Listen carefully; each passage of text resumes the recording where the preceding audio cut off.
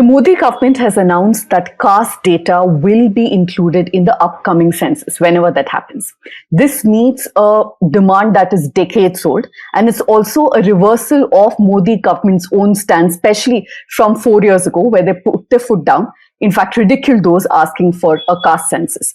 To understand why there was a demand in the first place, what it means to have caste data, particularly for OBCs, SCs, and STs. I'm being joined by Mr. Kiran Kumar, who is the National President for All India OBC Students Association. But before I go across to him, here's a quick reminder. For many years now here at the News Minute, we've written many stories, we have done videos explaining the need for a census of this sort, where we have caste data available, explain how it helps in policy making. So the links for those stories are in the description. You can go ahead and read them, you can watch them. But more importantly, if you appreciate journalism of this sort, where we explain what is actually needed, but not just echoing what our politicians want us to, then do support us. Become a subscriber of the News Minute today. Mr. Kiran Kumar, I want to thank you for joining us.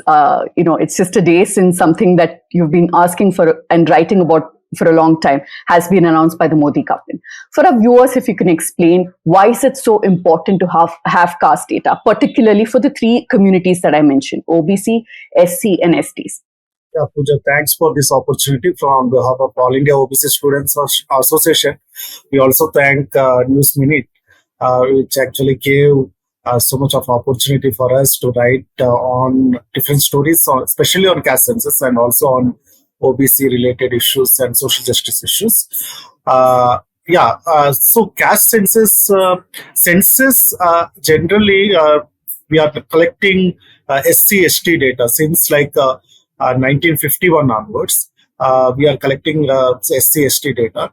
But if you take the historical background, the census process started in 1871, but the full-fledged census, caste census, I can say, was actually done in 1881. So 1881 census is actually a comprehensive census, which also included all castes. It's upper caste, OBCs, SCs, STs. So everyone was actually included in the census, 1881 census. From 1881 to 1931, all this census, decadal census, included caste census. But 1941, unfortunately, we have done the census, but due to many reasons, it may be due to the World War and also other reasons, they didn't release this census, comprehensive census. But post-independence, 1951 onwards, we started doing census, but we neglected collecting data of OBCs and upper caste. But we were actually collecting SCs and STs. But 1951, when the first Backward Classes Commission was formed, Thaka Collector Commission, they actually identified this problem, and one of the important recommendation of the first Backward Classes Commission is to collect data in the 1961 data, 61 census, to collect the backward classes data in 1961 census. But again, it got delayed and it was not not implemented. The government has grossly neglected this suggestion. And the second Backward Classes Commission highly dependent on 1931 data. That is one famously called as the Mandal Commission report. So why do we need this census, the caste census? We need it for one hand, reservations, because there are so many most of the cases, inclusion of certain caste in OBCs, and some caste actually demanding to exclude certain caste from the OBC list. For example, in Telangana, it happened around 26 plus 1 caste were actually removed from the OBC list. So, there are demands, especially after EWS reservation, from OBC associations and also from our association. We were actually demanding to increase OBC reservations proportionate to their socially and educational backwardness. So that is the major demand of our organization, and the 50% breaking, and in many cases, judiciary every time it created hurdles for just mentioning that lack of qualitative data on castes, on different castes. So for reservation, for if you look at beyond the reservations, this data is very much important, especially when we are actually designing schemes and designing policies for the welfare of most backward classes or denotified tribes, which are also, some of the tribes are also denoted, DNT tribes are also there in OBCs, most backward classes. So if we wanted to do certain activities, certain policies intended to provide OBC, any of the welfare mechanisms for most backward classes and the DNTs, we don't have data, and also for OBCs. So these are the things why do we are actually demanding caste census, one on reservations, on welfare programs, and other important major demand of within the OBCs is categorization. Most backward classes, they are actually demanding subcategorization of OBC community. So we also know Justice Rohini Commission actually she herself said, Justice Rohini herself said, there is no clarity, there is no data on internal hierarchies or internal disparities among OBCs. It may be MBCs or OBCs or extremely backward classes. We have different names, like in Bihar we call it as extremely backward classes. In Telangana, in Tamil Nadu we call MBCs, most backward classes. So in Andhra and Telangana we have BCA list. So like this we have different issues. So for all this we need quality data on educational parameters, on occupational parameters, on economic parameters. So we need data. Without data, if you are attempting to do any inclusion or exclusion or subcategorization or designing schemes intended to the welfare of these communities, will be a gross. We will be doing a gross injustice to these communities. So that's the reason we are demanding it, and with lots of pressure from India Alliance parties and also organizations like us, which actually kept pressure on central government, union government to take this decision. We actually call it as a forced. By force they have taken this decision. Right. It's interesting you mentioned India Bloc. Politically speaking, now there is a clamor to kind of claim credit. Who made this happen? In your opinion, how do you first see this clamor? To who can claim credit for this? Yeah, so I'm also writing an article. You might have seen, maybe it's not published, it's in review. We can see Nehru, Indira Gandhi, and Rajiv Gandhi. All three were actually they are not completely having some opposition towards OBCs, but they have taken a very delayed decisions. Like, for example, first backward classes commission recommendations were not accepted due to many reasons, and if they were actually, if they some political will, Nehru would have taken a positive measures towards these OBCs, and Dr. B.R. Ambedkar has clearly stated out of the three reasons why he was actually come up out of Nehru's cabinet, one of the important reason is not providing any qualitative measures for the welfare of backward OBCs. So that is one of the reason he has mentioned. So he has done, Nehru has done certain, we can say a kind of injustice to OBCs. Indira Gandhi delayed the process of implementation of Mandal Commission report. Whereas Rajiv Gandhi made critical statements on OBCs in the parliament when the when the Mandal Commission report was actually tabled in the parliament. But we can see Rahul Gandhi actually taken a U-turn from all of this historical injustice, maybe I can say, by the INC. He has taken a U-turn and he has actually taken up this issue of caste census, breaking of 50% ceiling, and also providing reservations in the private sector, proportionate reservations to OBCs, judiciary reservations in judiciary. He has taken a kind of radical form of social justice agenda on his soldiers. And for past, I can say, 1 decade, he is actually working on this and clearly we can see during the 2024 general elections, he has clearly articulated why do we need all these things. So that is one side. The other side, India Alliance parties like SP, RJD, DMK, were actually they are actually are into the politics of this cash politics, I can say, and also they have taken up the agenda of social justice since Mandal Commission. So implementation of Mandal Commission, whereas DMK has a historical background of Periyar's legacy of taking up the social justice issues. So they also kept a kind of pressure on India Alliance to take up this collective agenda of demand of national level, conducting a national level caste census. Whereas BJP party, in fact, I can say when they were in the opposition before 2014, they were during their discussion in 2010, BJP party was for the caste census in 2011 caste census.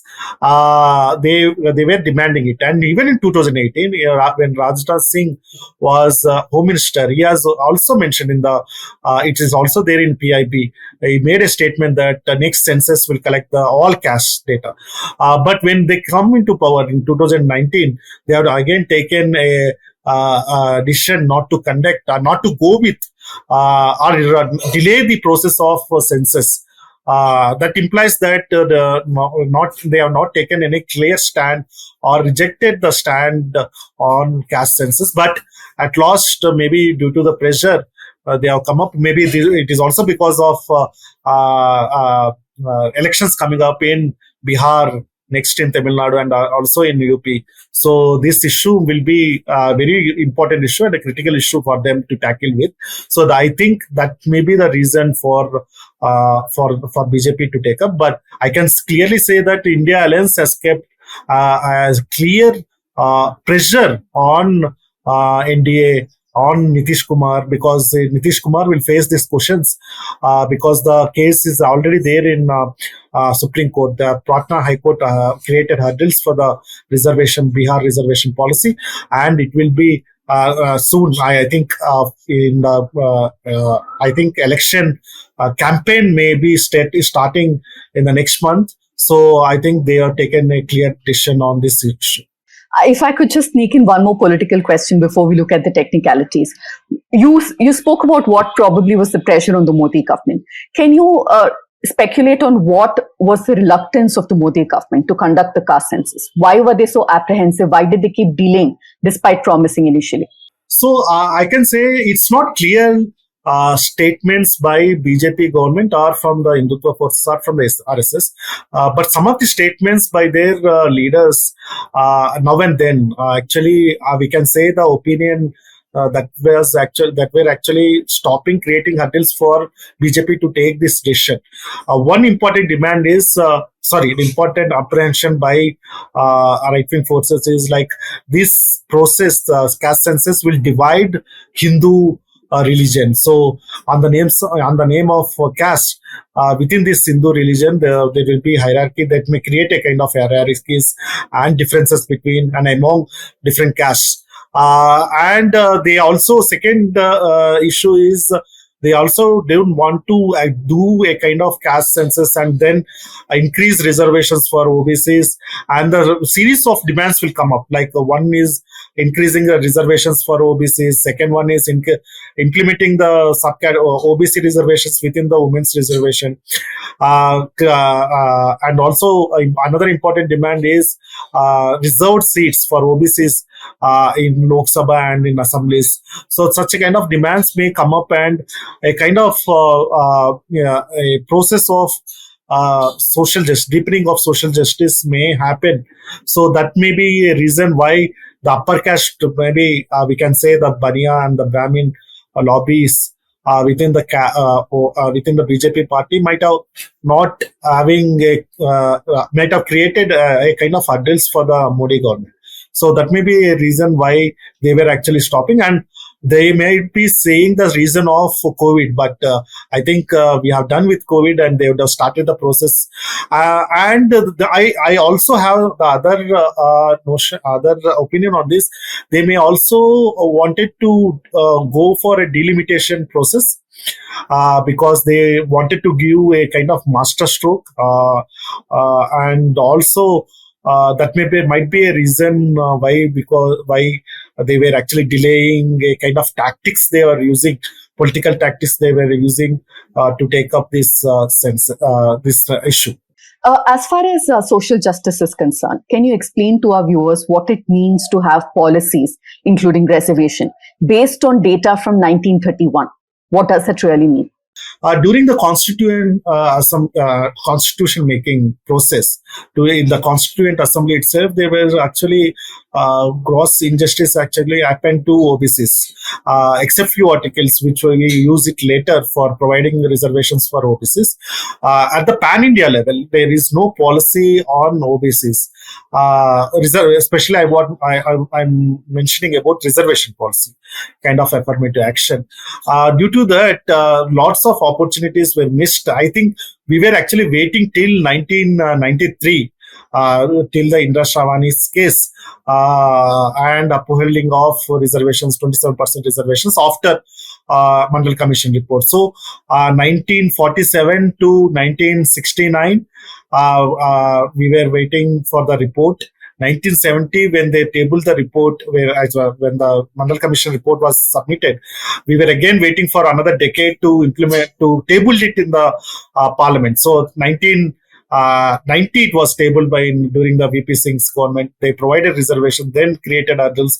Then there is a change in the government, and at last Supreme Court upheld the reservation, 27% reservations, and only in employment. So again we were in 1993. Again we were actually fighting for reservations in admissions in central universities, IITs, IIMs, NITs, and other central institutions. So till 2006-7, we were again waiting for it. So only in 2007, it started implement. 27% reservations were started implemented in higher educational institutions, centrally funded higher educational institutions. So we have taken so much of time for providing reservations for OBCs, but with one decision within 2 weeks. Actually, EWS reservations actually implemented in this country without any commission, committee, report, data on EWS. But 10% reservations were provided, whereas some of the states have outrightly implemented it without any, again, data, commission, or committee. But we strongly opposed it. Even in the Supreme Court, we were part of the EWS judgment in the EWS case. We also implemented it, and also we were arguing against EWS. So our concern is, what is this number, 10%? How much population are under economically weaker section in upper caste? So that data is, we don't. So there is no fight, there is no movement, there is no demand, but all of a sudden it was implemented. Then this demand for increasing reservations were actually intensified after EWS. I can say after EWS reservations, because they started comparing with the cutoffs, the kind of marks the upper caste economically weaker sections are getting, and also OBC in the sense they also, so is socially and educationally backward communities, but also there is a clause of creamy layers, so that also economically backward, they are also economically backward. Then these issues comparison coming up, and now the OBCs realized, and they are now fighting for their share. I can say whatever the socially, educationally backwardness that is there, so that much share should actually come to the OBCs. So this is the reservation, a kind of demand that can only be possible through caste census, because courts are asking for data. Courts are asking for qualitative and quantitative data. So that sanctity only will come only when census data actually come up with, because census, the commissioner, the entire, there is a mechanism, directorate there is a mechanism, manpower, they have there is a confidentiality clause in Census Act 1948. So all these things are very important to bring the sanctity for the data. So, but I can say, if Modi government thinks they can also provide reservations without having all this data, but still, this demand, we are doing it in a constitutional way, in a democratic way. We need very qualitative data on a social and educational backwardness of OBCs. There is one section that usually says that a caste census will deepen the divides within the society. It will divide the society on caste lines even further. How do you respond to them? So we are already divided. So I can say, in order to bridge the division among these hierarchies, I can say Brahmin, Kshatriya, Vaishya, Brahmin, Vaishya, Kshatriya, Shudra, Artisudras. We are already deeply divided within our society. There is so much of division based on socially they are divided, economically they are divided. There is a huge gap among upper caste and OBCs and SC and STs. If you look at land, the holdings, we can say there is so much of difference. The accumulation of wealth within these communities, we have already divided. Simply, we are saying that we all are one, and caste census is dividing us is simply a gross negligence of these communities, or of whoever advocating for with the notion of that caste census actually divides the society. In fact, it will give you so much of qualitative data, so much of information, how to bridge the gaps between and among these communities. So it is actually providing, I can say, Rahul Gandhiji was saying X-ray. It is actually giving X-ray. But Professor Yogendra Yadav said it is giving MRI scan. But we are actually giving, it will give a kind of clear medicines for the illness that is already there in the society. So it may also provide a kind of vaccination for the future problems. So that is the response we give it to those who oppose caste census.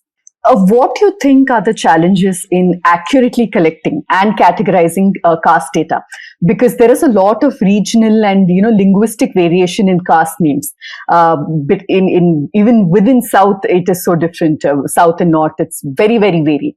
So, what are the challenges you assume will come up while collecting this data? So this is a major challenge, and that was also raised by BJP. Some of the time, BJP OBC Morcha president, Dr. Lakshman, who is also MP Rajya Sabha, was also raising it. So one caste in one state, it may be SC, in another state it may be OBC. For example, if you can say, take the case of Dobi, washerman community. One in UP, they were actually SC category, whereas in Andhra Pradesh or in Telangana or in Karnataka, they are in OBC category. Whereas Lambada community, if you can see, in Maharashtra they are OBC, in Karnataka they are SC, in Telangana they are ST. So that is the hurdle, that will be a hurdle for the government. But what we are saying, when the data of SCs and STs are being collected every decade, we also have a caste list, state-wise caste list with our National Commission for Backward Classes. NCBC is having already the each state who are OBCs, who are identified OBCs. You take up that list. Our NSSO data since 2015, they are collecting data regarding OBCs also. So they also have the list of OBCs who are actually state-wise list of OBCs. So what we are saying, that is your scale. Maybe you can take NCBC's list, which is also a constitutional body, where who all come under the OBCs. You can take NSSO data. And other caste, we may face problem with upper caste. So who all come under the upper caste? What are the names? That thing they have to work out, and I think We already have that historical data. We collected it. We have the experience of collecting data, say, from 1881 to 1931, and we have our like Anthropological Survey of India. They also have the data of who all are come under which category. We have sociological studies, so they can take the help of these sociologists, anthropologists, and they can actually codify who all are come under, what are the castes we have, who all are come under, in which state they have come under, which in which name. And the problem here is they may also face hurdles of collecting data of particular some caste. One caste may be called in different names, maybe due to dialects or different with the linguistic problem. So we feel the local whoever collecting data, must be given some kind of training, especially on this issue. So because Telangana survey actually faced this problem of collecting, the OBC organizations were saying our data were not collected properly, and that number, whatever 56% is there, that should be more than 56%, something like that. So they should, I can say the problem is with the training and development. That was not clearly that was not properly given to enumerators. So I think government should actually concentrate on, because this is the first time they are collecting it. So they must come up with clear schedules, clear codes, and clear training modules for enumerators. My last question to you, Mr. Kiran Kumar, is once the data is collected, what can be done to protect it from being used politically or socially? How do we make sure it's not weaponized? So that is what we are actually also advocating for, because when data was collected in Telangana, the SKS data, Sakala Kutuba data that were actually collected, they were not informed, they were not kept in the public domain, but that was used. There are political opponents were actually criticizing KCR government that they were used for the political purpose. But the Section 15 of Census Act clearly states this confidentiality clause. So census can only provide can only bring the confidentiality within this data. Census can only protect the data from the leakages. So they have the mechanism, they have the processes, they know how to protect this data. So that's the reason the data must be protected by the Census Commissionerate, Directorate, and the Central Union Government should take solo responsibility of maintaining the confidentiality of data, and also that individual data. They also come up with the individual data, because we will be collecting it. If someone wants not to provide data, because according to Census Act, again, if you are denying to provide data, then that will be attract some kind of legal problems for the general public. So that clause must also include, they can also say deny the caste, or they can also come up with if they are not having any caste. If I wanted to say I am not having any caste, they wanted to keep that no caste option also. So for that, there should be some provisions must be provided in the Census Act. So that is also very important. So one, confidentiality, another one is on the freedom to tell or inform the enumerator about his caste details. So that should be provided. Right. I thank you for your time, and we look forward to more of your articles on this and other subjects. The latest one will be out on News Minute very soon. We will give the link in the description. Thank you, Mr. Kiran Kumar.